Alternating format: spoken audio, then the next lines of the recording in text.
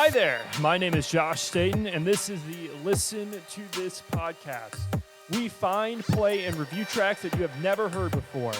Join bass player and I as we take you on a musical odyssey, one break, bridge, and bar at a time.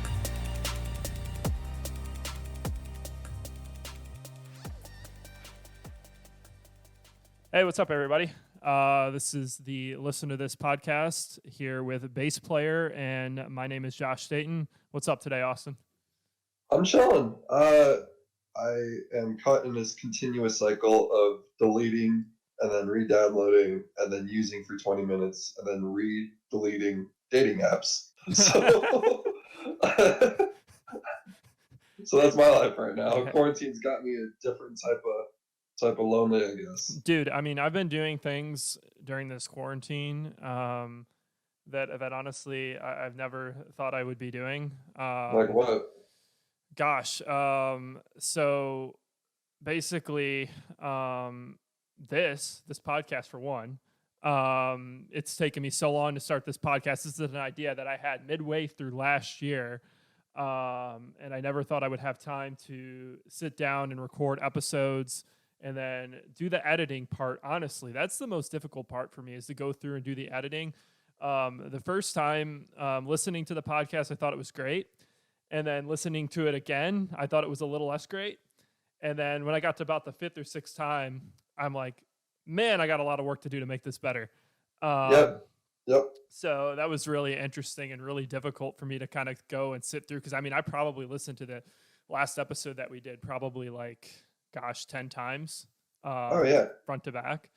And by the 10th time, I'm like, all right, let's see what we can do to improve this and make this better. Because I don't want to be, hearing the same things over and over again when I get to the 10th episode. I want to make this more interesting, because if it's interesting for me to listen to, then it's definitely going to be interesting for everybody else to listen to. But so Right. a lot of editing. I've still been messing with my song that I've been trying to produce. That's been taking me way too long. It's just like that thing. Yeah, when you don't know necessarily how to use any of the tools in the DAW, and I don't honestly know if Ableton is the best software to be using for a new. Honestly, unless you're using Ableton Live, I don't think there's a whole lot of purpose to it.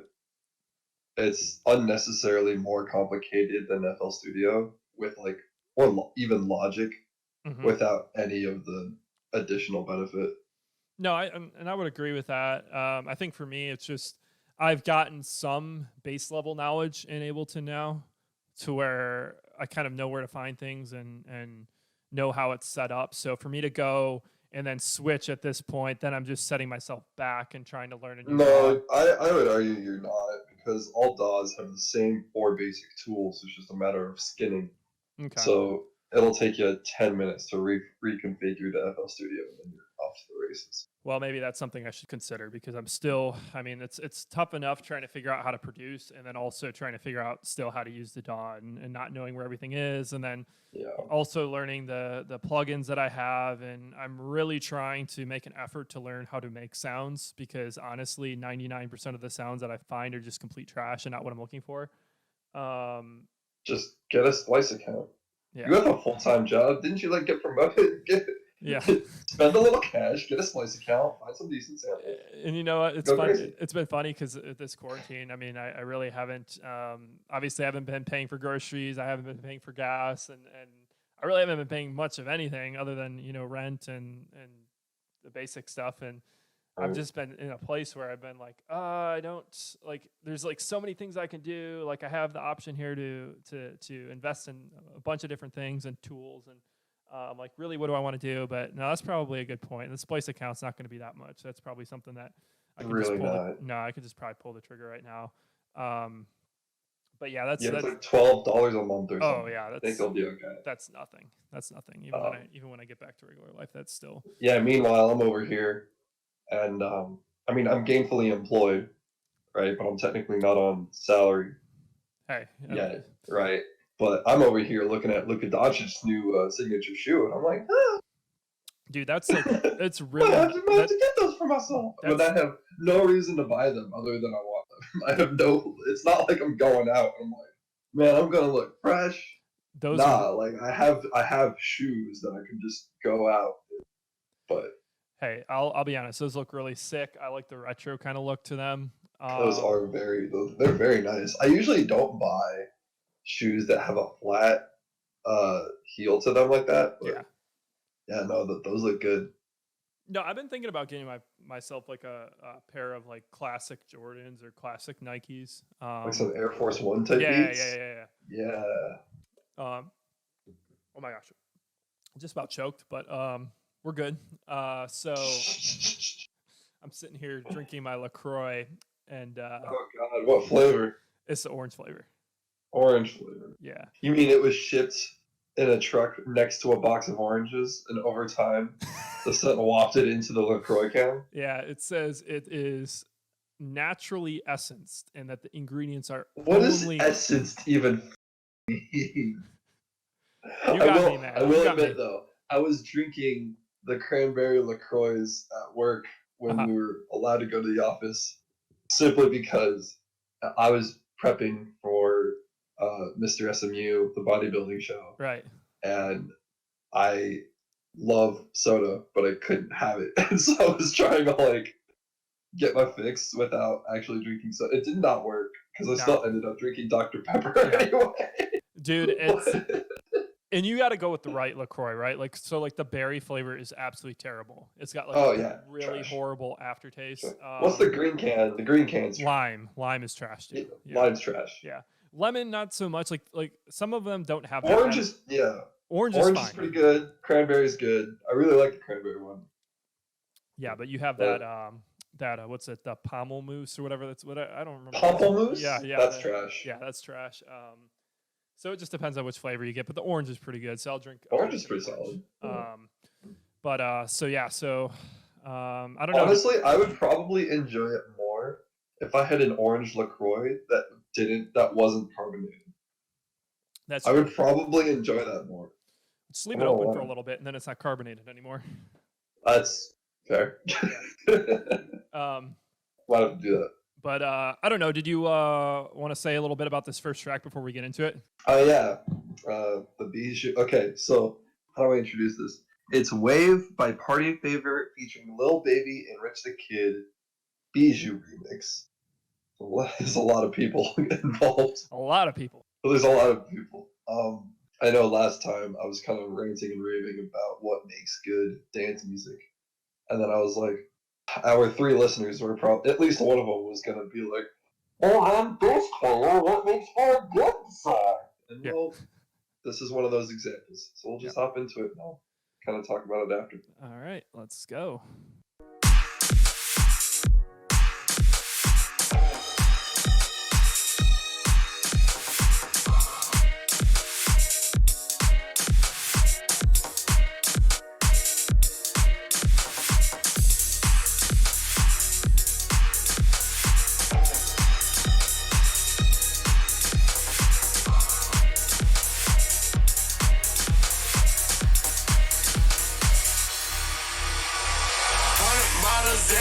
Everybody lit. All the Mars and new protects, everybody rich. Who is that? She looking at me, come and get your bitch. Then she leave out of here with me and the gang, she getting big. I'm in the wild like a preacher. I'm in the coupe with an eater. I'm in the trap, got a beeper. I got a bitch, don't need her. I count up a million long day. I put up the miles, did a long way. I fucked that bitch, she looked the wrong way. I put that rollie on ice age. They got the bottle is lit, fucking the model is lit.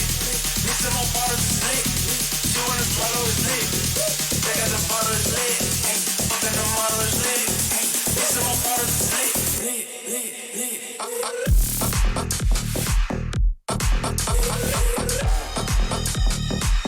Fucking the model is lit.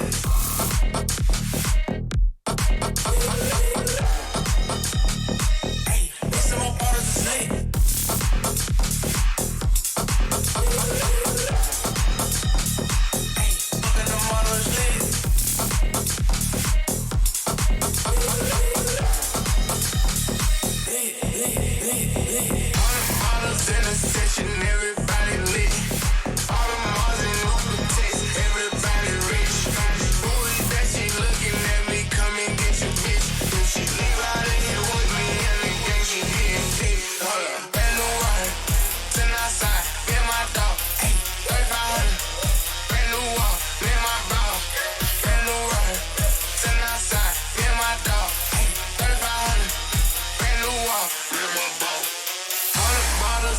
session, everybody lit. All the Mars and new protects, everybody rich. Who is that? She looking at me, come and get your bitch. If she leave out of here with me and the gang, she getting dick. I'm in the wild like a preacher. I'm in the coupe with an eater. I'm in the trap, got a beeper. I got a bitch, don't need her. I count up a million long day. I put up the miles, did a long way. I fucked that bitch, she looked the wrong way. I put that rollie on ice age. Pick up the bottle, is lit. Fucking the model is lit. Mix in my bottles is lit. You wanna swallow is lit. Pick up the bottle is lit. Fucking the model is lit. Mix in my bottles is lit.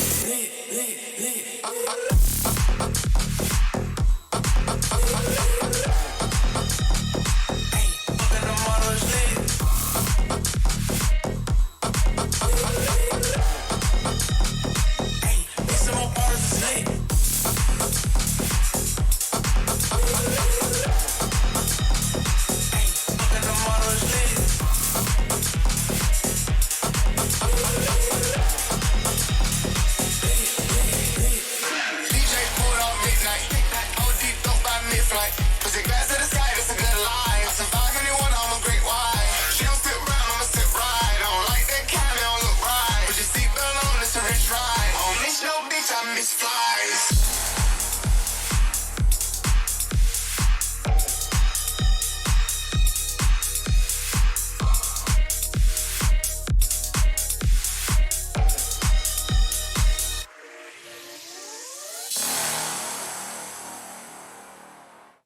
Okay, that was Party Favor, Wave, was it BIJOU remix? It's the BIJOU. BIJOU, okay. It's French. Yeah, I'm terrible at French. I studied it for 6 years, so. There you go. But yeah, okay. I think the thing that I mostly wanted to point out was if you listen to the drops, if you took away the kick, they would come out and feel so disjointed. Plus, a synth lead that are playing at disparate parts, almost taking turns, and that kick always gives you a frame of reference to where that next beat is, right? Except everything hits very cleanly on that beat, and because he gave each element enough space, you can have a distinct reference as to what's coming. And I can't say that for a lot of G House, sadly. My favorite genre still has a lot of things, well, really like one thing that I really lament it for. And I hate it. I just hate it so much when things aren't played cleanly on beat. And I wanted to show how busy a song can get, but still flow well. That song also does a really great job keeping a really well constructed bridge between drops. It doesn't lose its energy at any point. Now, it is a little bit easier because Lil Baby and Rich the Kid are actually pretty good rappers. Right. So that helps a lot. You know, you can't, from personal experience, I know that no matter how good your production skills are, if you don't have a good rapper, it's almost a wash. Yeah. Well, God. Well, I'll talk about that later. But I have a lot of complaints about mumble rap. No. But that's later. That's later in the podcast. You're not even telling me, right? So I absolutely I'm appalled by mumble rap. I'm not the biggest hip hop fan, but I do have certain guys that I really like. I mean, obviously the obvious ones like Kendrick and people like that. But I mean, I'm a fan of guys like Danny Brown and it's so funny because honestly, I would say like 75% of the rappers that I like, I always say this, are from Detroit. It's so weird. Because honestly, and you can make fun of me for this, but honestly, I'm a Big Sean fan, which is kind of weird. I like Big Sean. Yeah, so I like Big Sean. Danny Brown's from Detroit. And it's just funny because I just kind of marking all the rappers that I like in my head. It just seems like at least 75% of them are from Michigan. Getting off track a little bit. No, I really like that track. I think for me, I don't notice the intricacies as much as you do because you know that genre like the back of your hand, so you know what it's supposed to sound like. For me, I mean, the first thing that caught my eye was the bass line was really clean. And in that genre, I like to hear that. It's funny because the bass line really kind of pulled me in, because in that kind of space, it almost acts as, and this might not be correct to say, but it almost acts as the melody. Oh, that's very accurate Yeah. to say in G house. Yeah. So, I mean, obviously, like we talked about, it's the first thing I hear when I listen to music is that, hearing that and hearing how clean it was, and it kind of kept rolling throughout the song, really kept me intrigued. And it was kind of weird because I know you said like having the rappers that they had on the track, really keeps people engaged, the audience engaged at shows, and I would agree with that. But I guess I'm a little bit more in the minority where I kind of pull the emotion and the drive out of the song. I don't know. That's probably the worst way to explain it. But so hearing that bass line, and the way that it kept me engaged throughout the track, I thought that was probably the best part of the track. I also really liked the percussion too. I thought the clap was great. I thought it was really clean. I don't know why I can't get my clap to sound like that.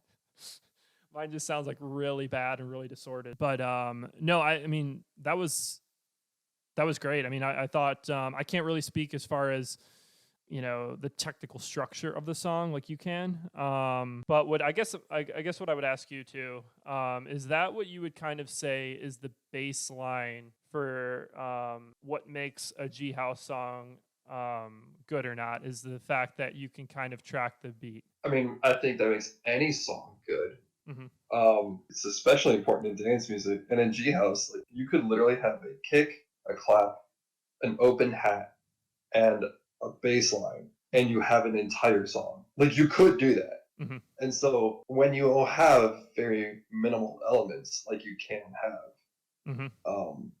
it's imperative that those minimal elements come together tightly.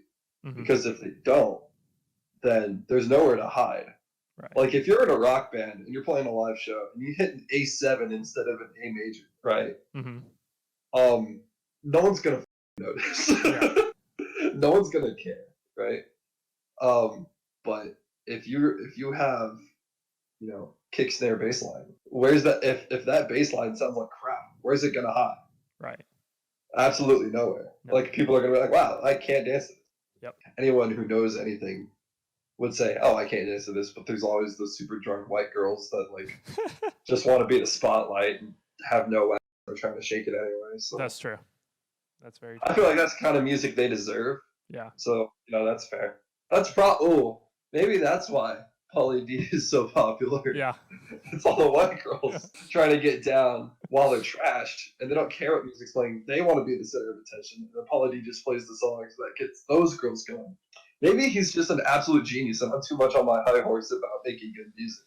No, I just think I think you have. Maybe I'm in the wrong. I think you have more of an artist outlook, and as in comparison to maybe just a pure entertainer. That's actually very true. So I mean, that's a great point, honestly, because I feel like there's kind of a dichotomy between what is art and what is entertainment. So I mean, I completely agree with what you're saying. I think depending on the music that you make, you have to be like, again, with metal, like we'll kind of go beyond rock and we'll say metal music. Everything is so loud, everything is so chaotic that you can get away with mistakes and maybe not being clean in certain areas, because it's more about the energy and the performance more so than the technical side of the music. And not to say like dance is meant to be technical, but when it's basically the whole point of dance music is that you can dance to it. And we're very, there's a certain rhythm that human beings have, and if you care enough and pay attention enough to listen, you will be able to tell when something isn't rhythmic or tightly wound to the level that it needs to be. Right. So I definitely agree with that, but I just think overall there's a big dichotomy between what is art and what is entertainment. Yeah, and by the way, that's not to say that metal musicians aren't some of the most talented people in the world. Like, oh my god, they are absolutely bonkers. genres. You're talking to a huge metal fan. I know we're no, I get it. yeah. Like, I just for a comparison's sake, like no, I you understand. can have like because there's plenty of metal singers, whether that be unclean or clean, that have uneven performances, but still have excellent performances anyway, just because of the energy that they bring. I feel like in a genre like G House, with the style that it is and who you're looking to, the people that you're trying to gain attention from, I think it's really important, as you said, to make sure that your music is tightly wound and everything kind of flows well together. So, I mean, again, I don't have the experience in that genre like you do. I'm sure you have a lot of tracks that you could point out that you just think do not serve the genre well. But I think that's an overall larger point of kind of to who you're trying to please. And I feel like there's more artists now trying to please that drunk white girl than people that are actually there to listen to the art and appreciate the art. So, but I don't know. I don't know if you wanted to expand on that a little bit more, but those are kind of my thoughts on it. No, that's fair. Okay. So, song number 2. What do we got? So this is song number 2 here. So I was kind of doing some research the other day. Again, something I'm doing in quarantine where I'm trying to like expand my music knowledge, expand my music tastes, which I'm honestly always trying to do, but I think I'm probably taking a little bit more of a proactive approach right now just because I have more time. So I was searching some Reddit forums the other day, and I ended up in this melodic tech house forum where people were sharing melodic tech house music, a genre that I haven't really delved into very deep. But this is a song that caught my attention. I'm not 100% sure how to pronounce the name here. I think it's just going to be... we're going to call it Cost. Yeah, we're just going to call it Cost, which it'll probably be a post edit. Figuring it when I finally figure out what the name of these guys are. But the song is called Road to Nowhere. It's an interesting track. It's very techy, but the melodic elements are certainly interesting and kind of create a different flair to the music. So we're just going to go ahead and play it, and we'll see what Austin thinks of this one.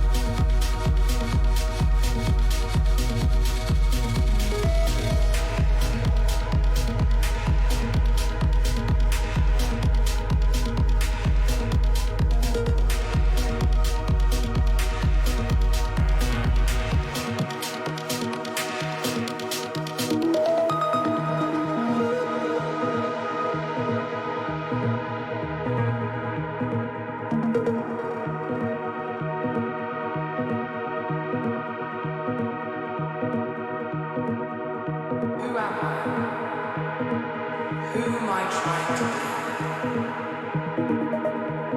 Not myself.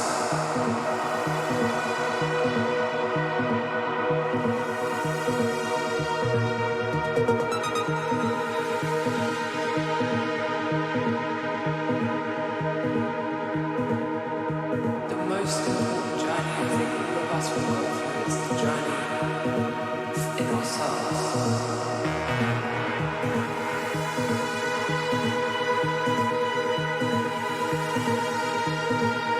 To find our truth, to find who we are and what makes us happy.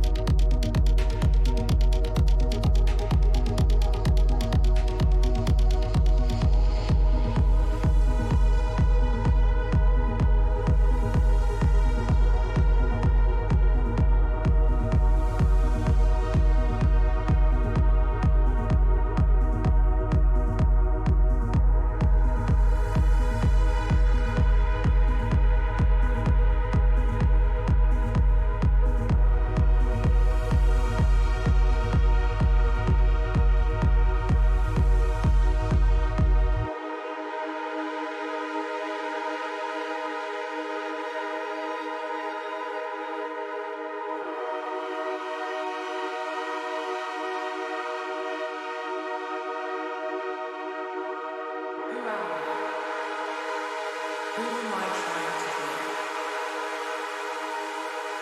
Not myself.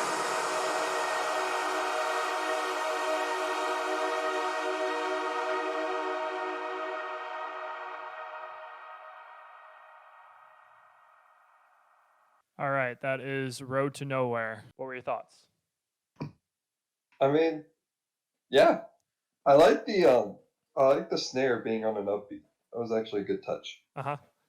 I mean, it's well done. I really have nothing to say about it other than it's well made. Like, Yeah, I mean, I thought a lot of the sounds, I mean, they're different than a lot of the ones that I'm exposed to kind of on a daily basis with the music I listen to. A lot of like the hi-hats and different percussion pieces sound quite a bit different. I mean, basically from the standpoint that it's tech, I guess, but I thought it was really interesting from the standpoint of the fact that they kind of combined kind of the tech house they kind of had that bass there. Sure. You know, they kind of told more of a story through the melody, and honestly, there was a lot of cinematic kind of feeling to a lot of the different points of the song, which I thought was really interesting because they added kind of those melodic pieces to the song. So no, I really liked it. I mean, now I'm kind of more interested to get more deeply involved into melodic tech house. I think it's a really interesting genre. And kind of something I think if I dove more into that I'd really, really like. I'm not too sure I would call this tech house. Okay. Definitely, yeah, it's just not tech house, because like tech house is still like I could feasibly play tech house at a club. Mm-hmm. Now in Dallas, no, you couldn't. But if you went to Miami, yeah, you might be able to pull it off. Right. God, I want to move to Miami.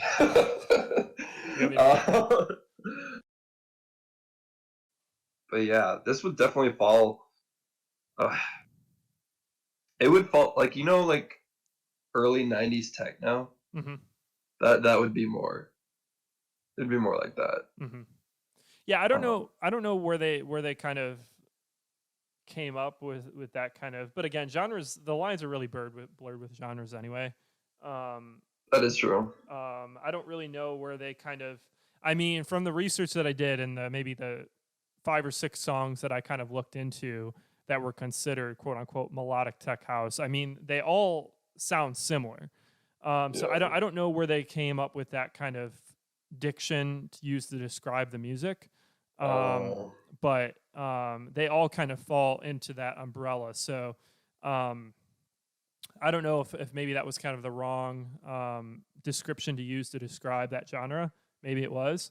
But I definitely do know that a lot of the producers and the songs that I've heard from that genre do sound very similar. So maybe it's incorrect to directly compare it to tech house. But I will say that genre does have a distinct sound, which I like to hear. I like when there's kind of a grouping of music that appeals to a certain crowd and a certain fan base.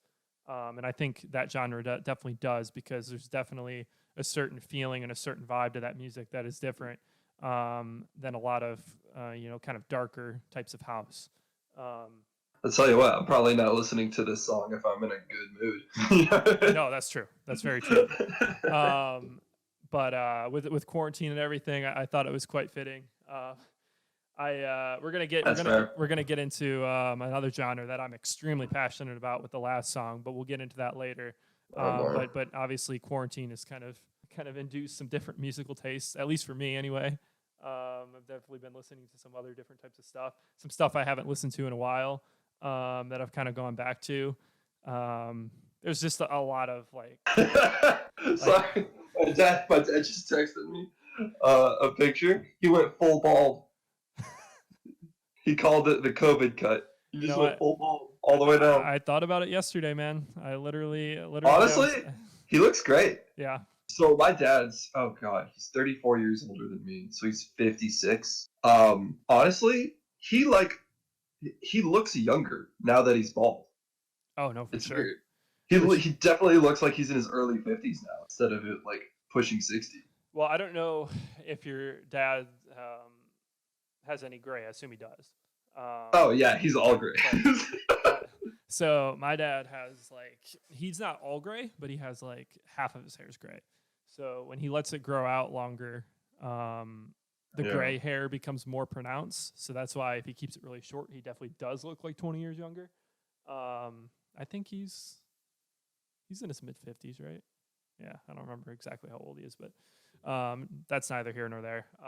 Yeah, no, I literally thought about cutting all my hair off too, just because I was like, I've gone bald before. Yeah. So is my brother, actually. I don't know. My head's it's kind of, man. I don't know. It's kind of comforting that I could potentially go bald and look decent. Yeah. So I'll definitely keep note of that when I'm in my 50s. Well, assuming this planet makes it to when I'm in my 50s. I think it will. I think obviously there's a lot of idiots in the world, but I think we have enough smart people out there that I think we'll find a way to get there. Hopefully. Yeah, at least. I don't know, man. Every time I hear something positive in the news anymore, and then I hear something negative. Like, I think it was Thursday. It was, they were talking about remdesivir or whatever it's called, and talking about how positive news that was. And then yesterday I hear, oh, this might last 2 years, which I'm not really sure how the math adds up on that. I don't know what models they're using to determine that, but I don't know. I don't know either. I think these news sources just like gravitate to anything that's. Well, they have to actually create headlines that get them views and clicks, because that's how they make their money. And yeah, and right now that's panic. So yeah, that's literally panic. Yeah, but we're getting off track. I think beyond what we just talked about, I think that's kind of all there is to discuss about that song. I mean, it's kind of darker house, and you either like it or you don't. I kind of wanted to add it to this podcast because it's different. And again, there's going to be some people out there that like that and relate to that. So, and I certainly did with what's going on right now. So I'm definitely interested to hear more from that kind of techie space, not even the melodic tech house space, but different forms of darker house in general. So I'll definitely be checking more of that out. I guess moving on to this next track here.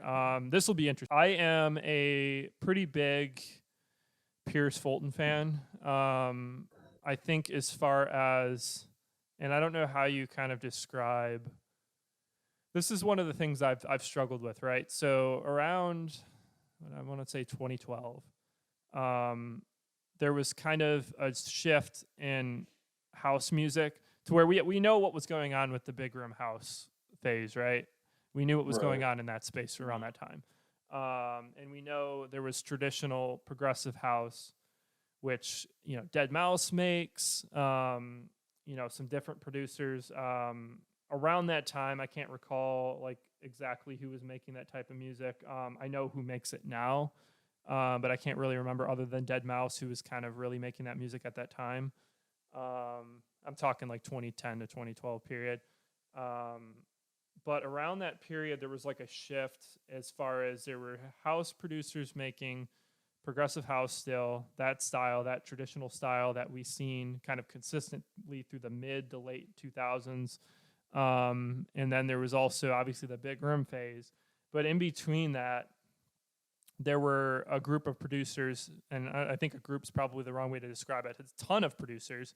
I think starting with, you could start with Swedish House Mafia, that were making what is basically what I consider more closely similarly related to big room house, but in a more melodic fashion. But there was still a faction of electronic music fans that wanted to consider it as progressive house, which I really think it's false. I don't know if you wanted to kind of expound upon that, but I don't know. What are your thoughts about that? Because I've always thought that was an interesting kind of, discussion in dance music. So dance music is constantly going through waves, and I think the most annoying part about right now is that if you go to a major festival and then go listen to the DJ Mag Top 100, you'll basically get the same show out of all of them, with the exception of the dubstep artists.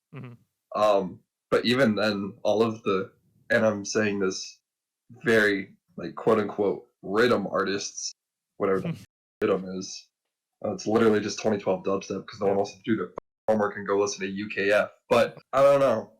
The thing with these kind of waves is that everyone seems to hop on the bandwagon so quickly, because the turnaround for production on EDM can literally be like 3 hours, or less if you're good, And I think what happens is so many people hop onto one trend so quickly, it gets boring so quickly, and I think that kills actual artistry in a lot of ways. And don't get me wrong, pop music does the same thing, country music does the same thing, hip hop does the same thing, but for whatever reason, EDM just seems to cycle through these things so much faster. Oh, I know, absolutely.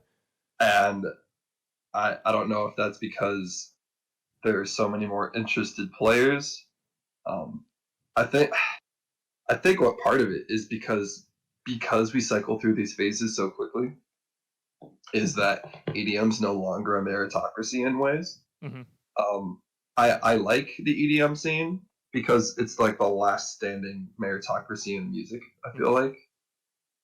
But when you get, you know, wave riders who then end up on the main stage of one festival and they're irrelevant by the next one, in 12 months. It's crazy. What are we doing here? Yeah, it's crazy. Because the only mainstays are the guys that hop wave to wave. Like Diplo has earned this right because he's Diplo. Mm-hmm. But when he starts making like country trap remixes, like really, and he starts going on Instagram wearing cowboy hats, I'm like, really? Yeah. All right. Like it's just kind of for as problematic as I find whipped cream's brand to sometimes be, for the couple of years I followed her, she has not deviated from being whipped cream in any way, and that's why I like her. Yep. I think the same goes for Rez, and I think there's a few legends out there, Dead Mouse, Excision, that Dead Mouse hasn't changed since 2008. Dead Mouse hasn't changed since he was born. I feel like he's always been this way. Yeah. If you listen to his music like now and then go back and then listen to music that he put out 12 years ago, it's not much different. It's really the same style. Yeah. And I don't know. I get annoyed when things like that get in the way of actual artistry. Mm-hmm. And I think and it's a tough call, right? Because you're also trying to keep a crowd entertained, mm-hmm. but you also don't necessarily want the same act going on stage 20 times, Yeah. And don't get me started on festivals. Like if two DJs go to a show and they're like if let's say Bear Grylls and 12 now because they're on the same label. Let's say Bear Grylls and Excision wanted to do a set together, right? Mm-hmm. And then the festival's like, yeah, that'd be lit, go crazy. That's one thing. But when you have EDC Las Vegas force feeding a Diplo, Jaws, and Alice in Wonderland B2B2B set, like, what are we doing? Yeah, and I don't remember asking for that, and those are not three names I would have put together at all. I just because you have Diplo, who basically made his fame off of Major Lazer and twerk music. Mm-hmm. I mean, let's be realistic here. No, he does. And then you have Jaws, who is pretty off the wall when it comes to genre. He kind of just doesn't give it. No. And then you have Alice in Wonderland, who's extremely talented, but I don't see any of those three being in the same kind of realm, other than the fact that they're all famous. No, but that's the only link I can see. And I think the problem is kind of festivals, because what it does is it fucking hate festivals. It brings no, I do too. I think it just brings a lot of just commons to one place, and as a result of that, to end up at these festivals, which I'm sure these DJs, if they're on the main stage, they get paid pretty swimmingly for appearing on main stage. To get to that point, you have to curate music that is going to fit well on that stage in front of those people. So that's kind of what you end up with, is with all these producers kind of pandering to that crowd, so they can end up on that place. Because I'm sure, not everybody. I'm sure there's a lot of producers and DJs out there that still want to stay true to their style and stay true to their art. But I think there's probably a higher percentage of them that have certain goals to reach certain festivals and certain shows and get in front of certain fans, that kind of lead them down that path of kind of learning how to produce what is popular at that moment, which, like you stated, is easy to do when you consider all the tools and all the resources out there. If you already know how to produce, you can kind of make that shift pretty seamlessly, I feel like. So There's no such thing as originality anymore. no. But no, I totally agree. I think that's definitely a problem in the industry. I think it's mostly spawned by festivals. I think music is meant to be enjoyed by certain factions and certain crowds. I think unless you're talking about pop music, I think, there's Right. always going to be a limit to the reach. If you're making true art, there's always going to be people that don't like what you're doing. Right. That's just a Right, matter of fact. right. That's the whole point, is that you're not going to be able to entertain these mass crowds with actual artists. I think that's what you run into, is that, well, not anymore, I should say, because, like, there's, like, these conflicting goals between, like, being an expressive creative and commercial success. Oh, I absolutely. think after a certain point, like, you have to make a decision as to what's more important to you. And I don't fault them, but a ton of people make the decision that commercial success is more important. Oh, But absolutely. like, what rabbit are we trying to chase? Would you rather have the ability to say, "Oh, I played in front of 30,000 people," or would you rather be able to say, "I had my own tour where every show was about 500 people, but tickets sold out the day they went on sale"? See, if you're thinking logically, you would say the tour, because I think that's going to provide the most fulfillment to you That would as be an artist. especially because, like, all the people that are going to go there Yeah, are going to be so excited to see you. exactly. But Right? I think the thing is, people get blinded by fame and get blinded by fortune, and I think when you have a tour, it's much more satisfactory because you've made an impact as an artist. Yeah. But for me, yeah, it makes more sense for me to play in a group of 1,000 people that are really, actually, truly excited to be there to see you play, more so than 30,000 people, which the majority of them are going to be on their phones or, And just, the big thing about festivals is going just to say you were there on social oh, media. dude. That's why I would never go to Coachella. There's absolutely no way. There's no reason. There's no way I would go, because literally nobody is there for the music at all. There's only one scenario where I would go is if that was my only option to see Rage Against the Machine. Like, literally, that was the only show they were playing, and that's the only place I would go. I would literally buy the ticket just to see them, and I would bounce. Yep. But that's, like, literally the only scenario I could think of where I would go. Other than that, there's no way. But I know we kind of got deeper into a conversation there. The only reason I got into that conversation was because Pierce Fulton is a guy who started out. He's a producer in the U.S., which was kind of weird around that time because he started putting stuff out, I believe, 2012, 2013. Right. He actually, one of his earlier songs he put out a song with Babe Rexha before she got really popular. And this is probably like 2012, 2013. But he's been kind of on a weird musical journey because he started out making what I would consider melodic big room house early in the 2010s. And got released onto bigger records. And as he's gone on and moved further in his kind of musical discography, he's kind of moved away from that, and he makes kind of weirder indie alternative with electronic elements now. This is kind of a song that kind of fits in the middle of that. This is what I would kind of consider kind of a fusion between electro house. It's got some cinematic elements. It's kind of weird to kind of describe. You may like it, you may hate it, but I think it's different. And again, the whole purpose of this podcast is to play kind of different music to expose people to different styles and hopefully open their musical taste up a little bit. So we're going to go ahead and get into playing this, and we'll maybe continue this discussion later. This is going to be Pierce Fulton and Puppet. The song is called Boy and the Beast.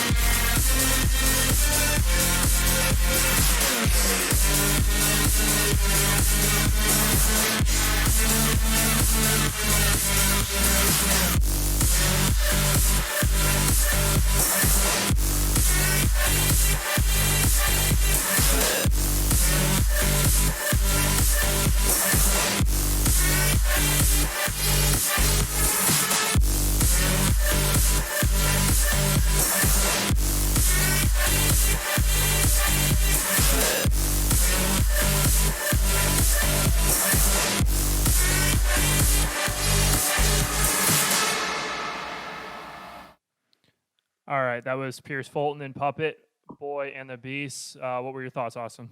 I'm a fan. All First drop hits, and I'm actually scowling a little bit. I'm like, okay, this is pretty good. Yeah. By the way, if you're a musician and another musician hears your song and they start scowling, that is like the ultimate seal of approval. Yeah. Yeah. No, I'm a big fan.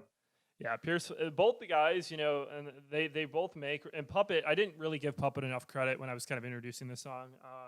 He's really kind of progressed as a musician too. Like he started out making pretty, I don't want to say it's basic, but just kind of house music that was released on Monster Cat, and both of them have kind of gone away from the big labels a bit and kind of gone to producing a wide variety of things. So they're both really, really good producers. There was a Puppet track that he did that I might play one of these episodes where in one of the breaks he did a really, really clever key change that still sticks with me to this day.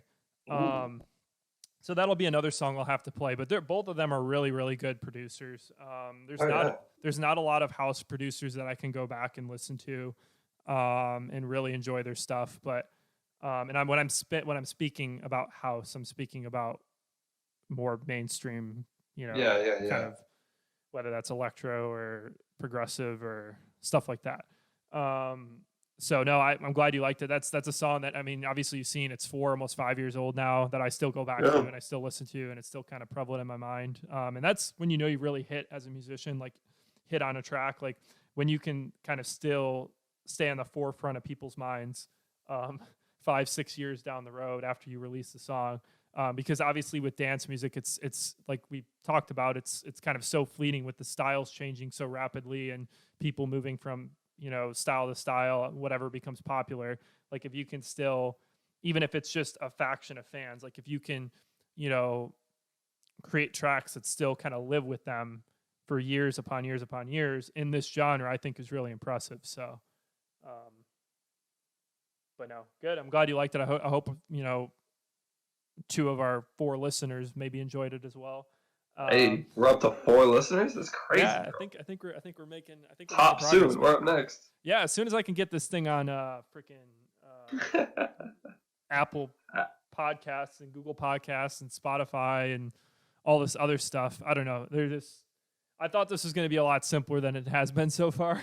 Well, it should be. I don't know what you're running into, but I don't know. Anyway. I'll get it working. You know what? It's probably because I'm using the free Buzzsprout service. Yeah, you have to pay for distribution. What are you talking about, Josh? No wonder you're having trouble. So I'll work on that today. We'll get episode 1 live. My God, spend a little bit of money. It's okay. Jeez. So we'll get episode 1 live. We'll get 2 live next week. We'll post that. We're gonna stick with a pretty consistent posting on Friday mornings at 10 o'clock. So we'll get all these uploaded and we'll be good to go. We just been running into some bumps in the road, man. This is the first time. You've been running into some bumps in the road. Don't look at me. No, that's true. That's true. You just show up with your beautiful voice and provide your. I'm not sure I'd call it that. So, but anyway, so we'll kind of move on. Did you want to talk about Momentum a little bit? Yeah. So this was actually on the NBA 2K20 soundtrack. Mm-hmm. I was on the search for more hip hop that I could listen to that wasn't mainstream stuff per se. So I started poking through the NBA 2K soundtracks as a point of reference. Mm-hmm. The 2K soundtracks are pretty dog shit. There's only like 1 or 2 songs each that I like, and the track lists are like over 50 songs. So they knew, Roddy, you need to do a better job with your soundtracks, bro. I feel like the older soundtracks were a ton better. Like if you go back to like 2010 to 2012 kind of period. I'll get back to you on that one because I cannot confirm or deny that statement. I will say that sports games in the early 2000s, undefeated soundtracks. Oh yeah. Like, dog, I remember fucking playing Tony Hawk's Pro Skater 3 and Ace of Spades comes on, and I'm like, dude, I'm so ready. Like, I think that was the intro to that game too. I remember popping that game in, and they did like the it is the intro to that song. They had and they just had Bob Burnquist and all these guys just like skating and Rude Cliffberg yeah, it was sick. Oh man, dude, I love that game so much. That was awesome, man. Dave Mirra's BMX Freestyle also had good soundtracks. NHL Hits 2002, fantastic soundtrack. They had, that's where Roland from Limp Bizkit was. Limp Bizkit, man, that's amazing. Fucking Stained or Mud Shovel. Oh, dude, I love that song so much. But yeah, so Momentum is definitely a switch of gears for this podcast. It's very much a through and through hip hop song. But I'll talk more about it after we play it. So yeah, is it so? And again, I'm terrible at pronouncing names. Is it Quantrelle? Quantrelle. Yeah, Quantrelle. Okay, yeah. okay. So yeah, this is Quantrelle and Momentum, and we'll discuss it after we play this track. Hey, we good? We recording? Manifest song. Manifest song. Hey. I know my energy will never die. I need my inner peace and peace of mind. I'm making history with all the guys. I am not satisfied with getting by. I see the envy hate up in their eyes. See me win Grammys, do not be surprised. I got the vision and I got the drive. I manifest it so I know it's mine. For the momentum, I know they feel it, they feel the momentum. For the momentum, I know they feel it, they feel the momentum. For the momentum, I know they feel it, they feel the momentum. For the momentum, I know they feel it, they feel it. Are we back? All this fact, Quantrelle play Kodak Black, all this snap, what it feeling? 100 million, now I'm jigging, I be killing, y'all be chilling, non-existent, non-consistent, everywhere like a politician, politicking, y'all be slipping and the odds against me, but I'm optimistic like. I know my energy will never die. I need my inner peace and peace of mind. I'm making history with all the guys. I am not satisfied with getting by. I see the envy hate up in their eyes. See me win Grammys, do not be surprised. I got the vision and I got the drive. I manifest it so I know it's mine. For the momentum, I know they feel it, they feel the momentum. For the momentum, I know they feel it, they feel the momentum. For the momentum, I know they feel it, they feel the momentum. For the momentum, I know they feel it, they feel it. NFL, now we making beats. NFL, you can look at T. The concept, Quantrelle, contrary to your belief. Gather around and come and see. I'm undefeated. Flow that water, Aquafina. Need a girl named Mars, Gina, not a diva. Man, I ain't trying to die, leave. I know I don't do no mediocrity. Gotta be at a certain level if you're gonna be beside of me. I don't this game of psychology. I do this thing so religiously. I need to get my master's in theology. Y'all just rely on technology. I know my grandmama proud of me. All the good things she instilled in me. Hope that she know that it's still in me, still in me. I know my energy will never die. I need my inner peace and peace of mind. I'm making history with all the guys. I am not satisfied with getting by. I see the envy hate up in their eyes. See me win Grammys, do not be surprised. I got the vision and I got the drive. I manifest it so I know it's mine. For the momentum, I know they feel it, they feel the momentum. For the momentum, I know they feel it, they feel the momentum. For the momentum, I know they feel it, they feel the momentum. For the momentum, I know they feel it, they feel it.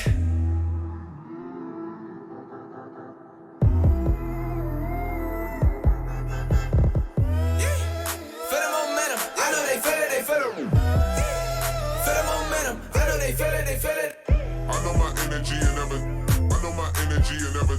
I know my energy. I know my energy and never die. I know my energy and never die. I know my energy and never die.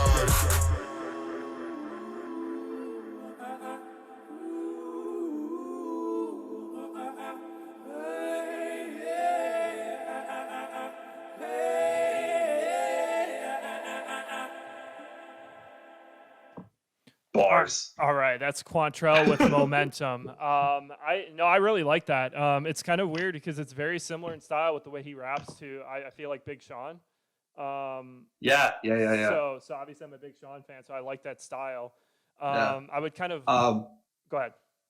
Yeah, no, I just a few things. This song does really well.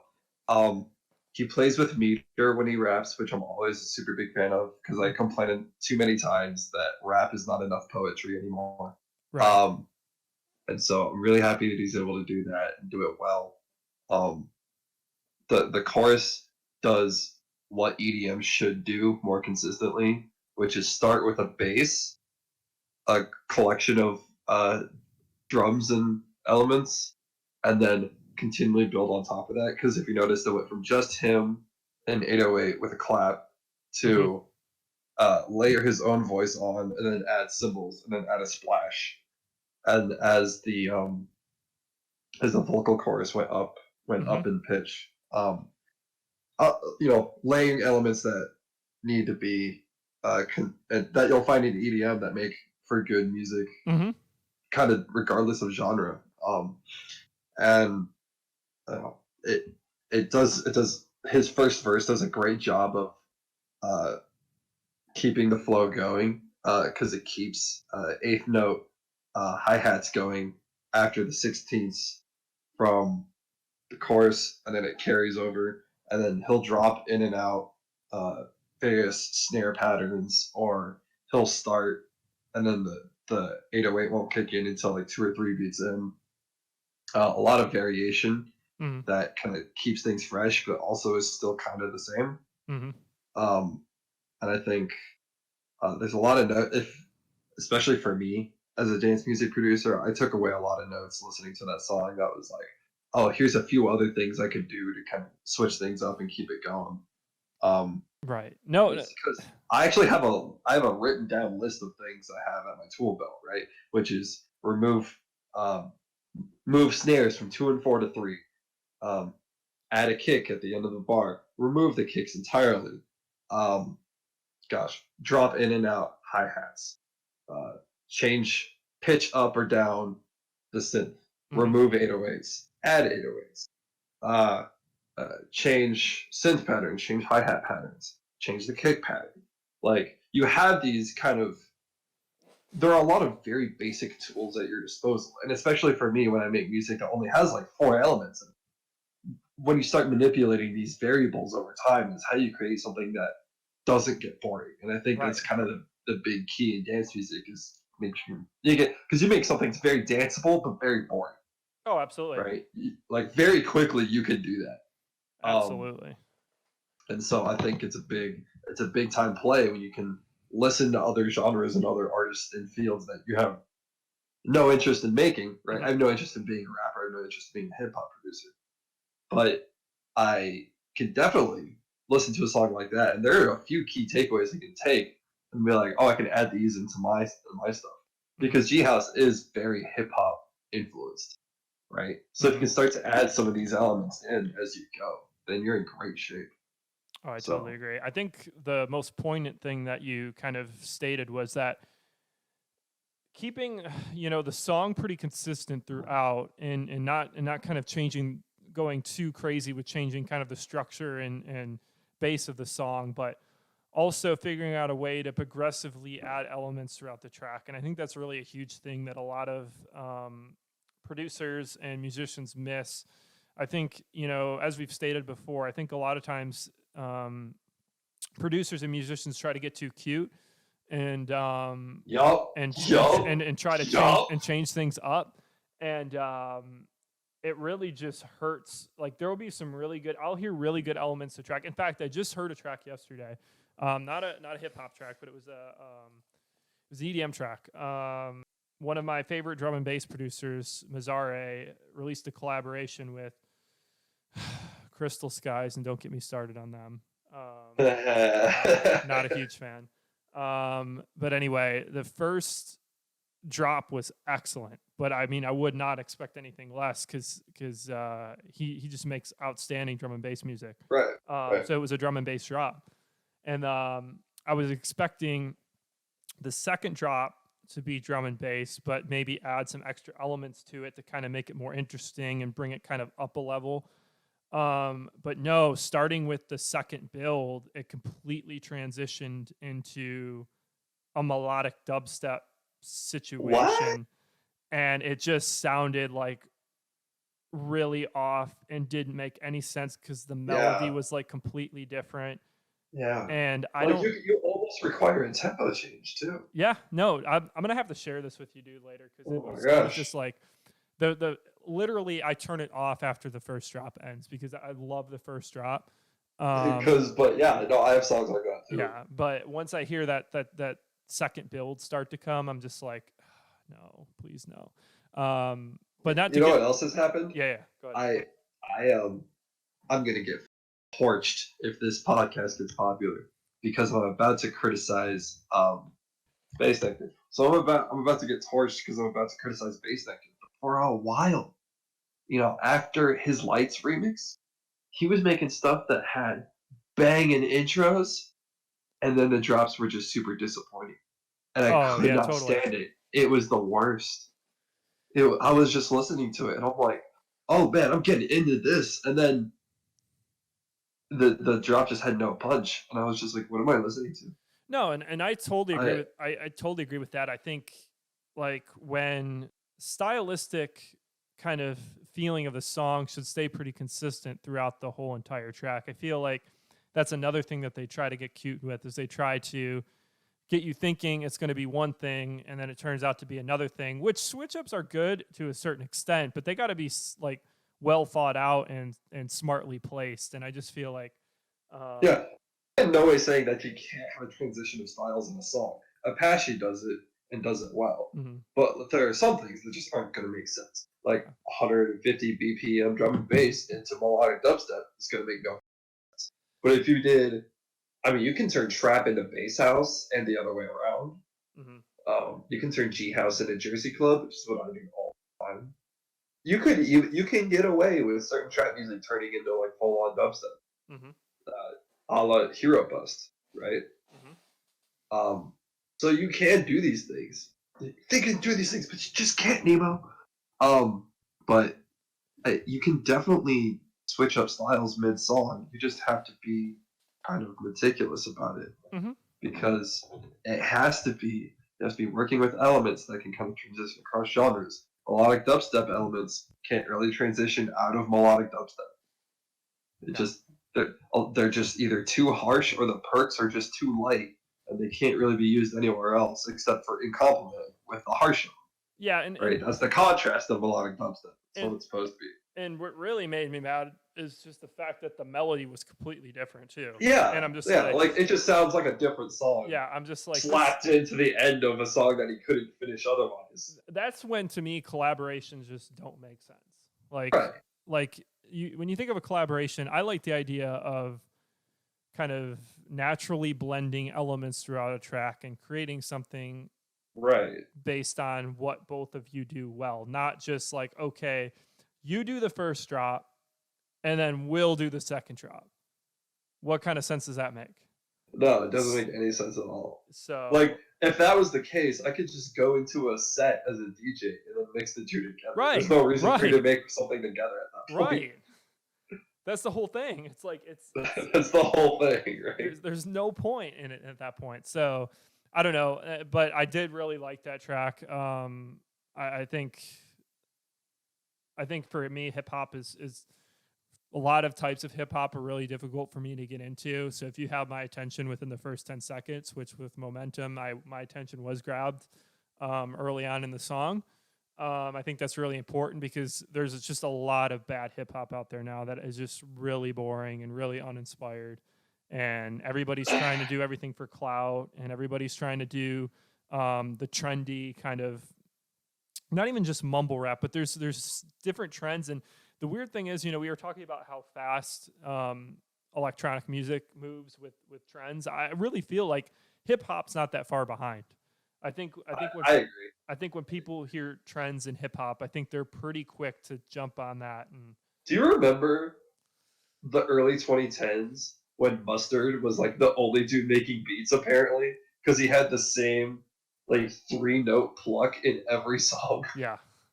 Do you remember those times? Yeah. Man, what a time. Because like then you'll get guys like you'll get Mustard, and then he'll create, a name for himself. And then he actually transitioned into EDM. And then the song was so bad, everyone was like, please just stop it. And then he went back to hip hop. Yeah. I honestly, I don't think there's, and this might be kind of controversial to say, I haven't really, and you can dispute this if you know for a fact that this is wrong. I haven't really heard many hip hop producers go and produce really good electronic music. Oh, because they can't. Yeah. I think hip hop producers are lucky. My brother and I say this all the time. Hip hop producers are lucky that EDM artists don't make hip hop. That's very true. I think because EDM, you have to actually build an entire song from scratch rather than create a background for someone to rap over, right? Mhm. And don't get me wrong, that's very much a skill in and of itself. Mhm. But I am very confident in saying that EDM artists could do it way better than the top hip hop guys do right now. Oh, Like if you're telling me Excision got into hip hop, he wouldn't be like the dirtiest guy in the game. Oh, that's You could not convince me otherwise. no. I mean, absolutely, because Well, he's actually done hip hop Yeah. inspired stuff, and it's been absolutely dirt. Like it is so good. because when you're a producer in electronic music, you don't have the crutch of having a popular rapper, Yeah, basically. kind of build your kind of brand and your portfolio. You've got to do that yourself. So you better be really good at what you do, because you can get away with having a pretty substandard beat in hip hop if you've got a rapper that is either really good or is really popular. Yep. So EDM, you don't have that luxury. So your stuff better be good, or people aren't going to care or pay attention.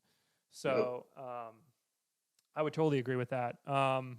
But I don't know. Did you have anything else to add to that conversation? I think we've belabored the point. Okay. So this final track that I'm going to play today. Now, this is a really big struggle for me because I love Future Garage. Okay. I don't think there's a passion. There's a genre in electronic music that I'm probably more passionate about. I know I really love drum and bass. I know there's some other genres that I really like, but Future Garage was honestly when I was kind of doing my exploratory journey of trying to find new genres and new styles of music back in 2013 was one of the genres that caught my attention. I remember they had like SoundCloud back in the day used to have these different accounts, and I don't really see them as much anymore. I mean, they still have them, but they're not as popular. But they used to have like more kind of specific genre-based accounts. That kind of made more sense than the ones I see out there now. And they were kind of linked to a website, and I forget what the website was called because I don't think it exists anymore. Probably not. But so you could go, and they had like a different account for like every style of music, and producers would send these tracks in, and the account would post them, and so that's kind of how I learned about a lot of these different genres. And Future Garage is one of them that I just was like spamming certain tracks.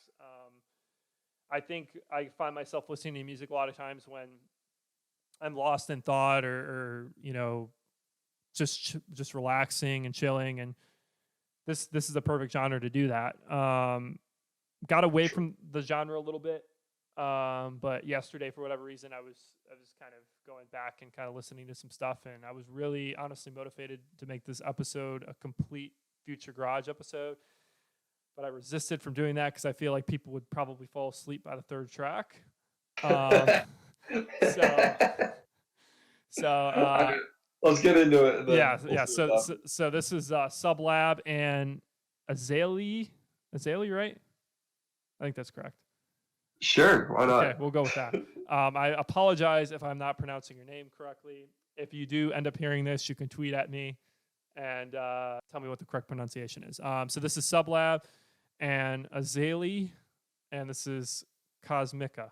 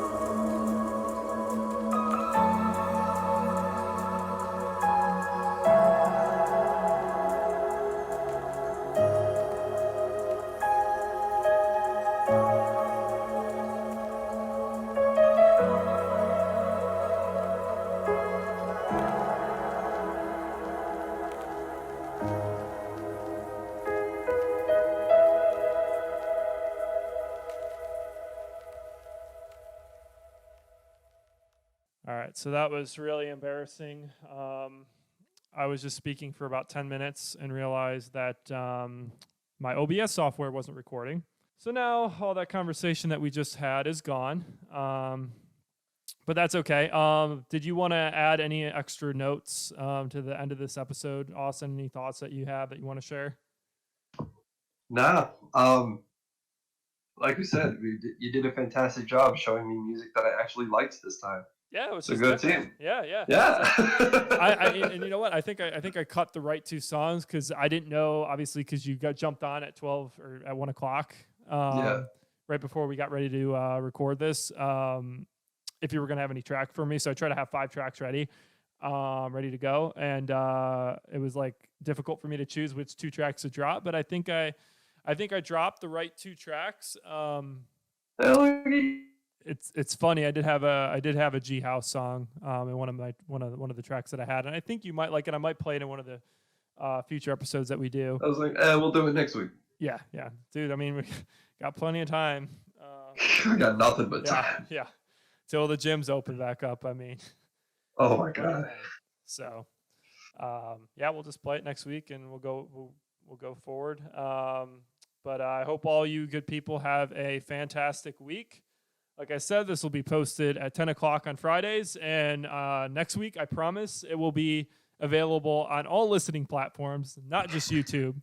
As soon as I figure out how to do all this. But no, it'll be good. I hope you all have a good week, and we'll see you next week. Stay safe, folks.